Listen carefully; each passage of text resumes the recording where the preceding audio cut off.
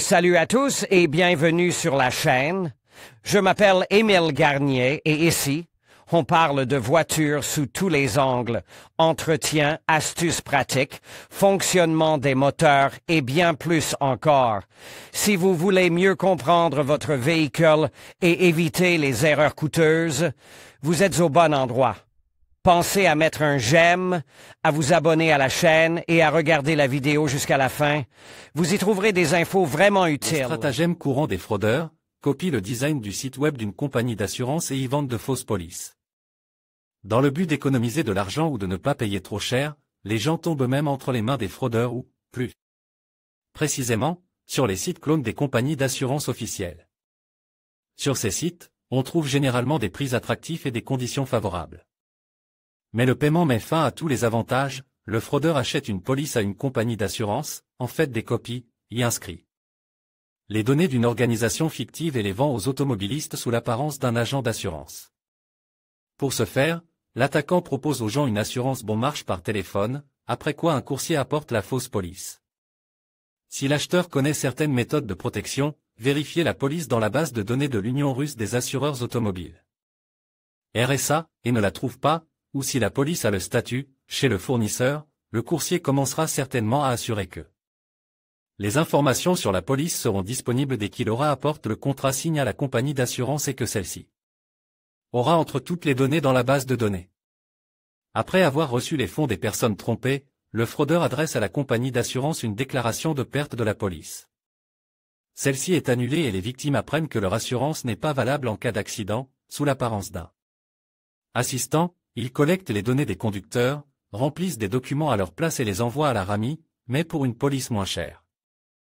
Pour ce faire, l'escroc introduit les données d'une autre voiture et déforme les informations relatives aux personnes ayant le droit de conduire. L'attaquant remet au client une copie de la police, dans laquelle il a introduit les données correctes concernant la voiture à l'aide d'éditeurs graphiques. De cette manière, le fraudeur gagne de l'argent sur la différence de coût des différents produits d'assurance. Tout document acheté à un fraudeur n'a aucune valeur juridique. Il n'est pas valable parce que le fraudeur n'a ni licence ni droit d'exercer des activités d'assurance.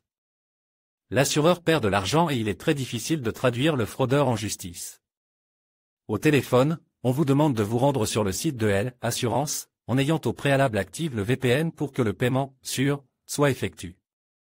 Ils insistent pour acheter une police, l'imposent, motivent par le fait qu'il ne reste qu'un jour ou quelques heures avant la fin de l'action. Les polices sont très bon marche, vous ne pouvez payer l'assurance qu'en espèces, à partir de votre téléphone ou sur le site web, mais uniquement via VPN. Aucun chèque n'est fourni, le vendeur ne dispose d'aucun document le liant à la compagnie d'assurance, un contrat d'agence, une procuration lui permettant de conclure des transactions au nom de la compagnie ou de représenter ses intérêts. La police est remplie à la main, pas de demande de contrat, pas d'informations sur le début de la police dans RAMI pendant quelques jours, la base de données est mise à jour une fois par jour, des délais plus longs devraient être alarmants, après avoir saisi les données du client. Sur le site web, la compagnie d'assurance ne demande pas de copie du passeport, du permis de conduire, du certificat d'immatriculation ou du point. Le nouvel assureur propose d'étendre la police de l'assureur précédent. Le nouvel assureur propose de prolonger la police de l'assureur précédent, ce qui ne peut être fait que par la compagnie qui, elle, a émise. La police est apportée par courrier, vous ne pouvez pas aller la chercher au bureau pour diverses raisons, déménagement. C'est plus pratique, coronavirus, le bureau est temporairement hors service, les données relatives aux représentants de la compagnie d'assurance ne sont pas spécifiées ou ne correspondent pas aux informations figurant dans le contrat d'agence. Agent refuse de fournir une procuration de la compagnie d'assurance et le contrat d'agence. La compagnie d'assurance n'a pas de licence au moment de la souscription de la police. Le statut de la police dans la base de données RAMI est perdu, chez le fournisseur, ou il n'y a pas de données ou des données incohérentes sur la police. Demandez une copie du contrat d'agence au représentant de la compagnie d'assurance. Appelez la compagnie d'assurance et renseignez-vous sur son représentant. Vérifiez la police via RAMI, vérifiez soigneusement le numéro d'identification du véhicule, le numéro de la plaque d'immatriculation. Les dates de début et de fin de la police, ils doivent correspondre à la version papier ou électronique. N'achetez pas une police comportant des erreurs. Vous pouvez également vérifier l'authenticité du site web de l'assureur via Rami. La base de données est constamment mise à jour. Il est d'ailleurs recommandé de le faire, même si vous utilisez les services de la même compagnie depuis plusieurs années. Les fraudeurs clonent les sites web. Grâce à cela, vous êtes sûr d'être sur le site officiel d'une entreprise vérifiée.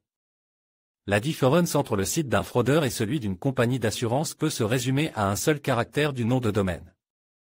Même le site officiel de la Rami, .ru, a déjà été essayé par des fraudeurs, le domaine similaire au Toln. Ru a été bloqué. Ne faites pas confiance aux aides. Le coût approximatif de la police peut être calculé sur les sites officiels des compagnies d'assurance. Ne vous rendez pas sur des sites suspects. N'établissez pas de police en ligne par le biais d'intermédiaires inconnus. Si vous souhaitez le faire à distance, utilisez des applications mobiles et des sites web de confiance. Rédigez une déclaration à la police. Décrivez en détail tous les éléments de la transaction. Racontez votre expérience en ligne. Rédigez un billet de taille et publiez-le sur les principaux sites web et groupes de médias sociaux liés à l'assurance automobile. Signalez la situation à la compagnie d'assurance au nom de laquelle le fraudeur a agi. Si vous avez payé la police avec une carte bancaire, signalez la fraude à la banque. Commandez une police auprès d'une compagnie de confiance. Malgré la situation désagréable, vous ne pourrez pas éviter le coût d'une nouvelle police. La réduction pour conduite sans accident et perdue l'utilisation d'une fausse police annule votre PBM. La réduction précédemment accumulée sera également annulée, puisque vous n'utiliserez officiellement aucune police, responsabilité administrative. Si un agent de la police de la circulation découvre que la police est fausse, il dressera tout d'abord un procès-verbal pour conduite sans assurance en vertu de l'article 12.37 du Code administratif. Ensuite, il cherchera à savoir si vous utilisez une telle police, de manière intentionnelle ou non, responsabilité pénale s'il s'avère que la police a été utilisée intentionnellement. Par exemple, vous direz à l'agent de la circulation que vous saviez que le document était faux, mais que vous aviez l'intention de le modifier dans un délai d'1 mois. Dans ce cas, vous serez tenu responsable en vertu de l'article 327 du Code pénal pour utilisation d'un document sciemment falsifié. Responsabilité financière. Si vous avez un accident, la compagnie d'assurance refusera d'indemniser les dommages. L'auteur de l'accident devra le réparer lui-même. Matériel du partenaire.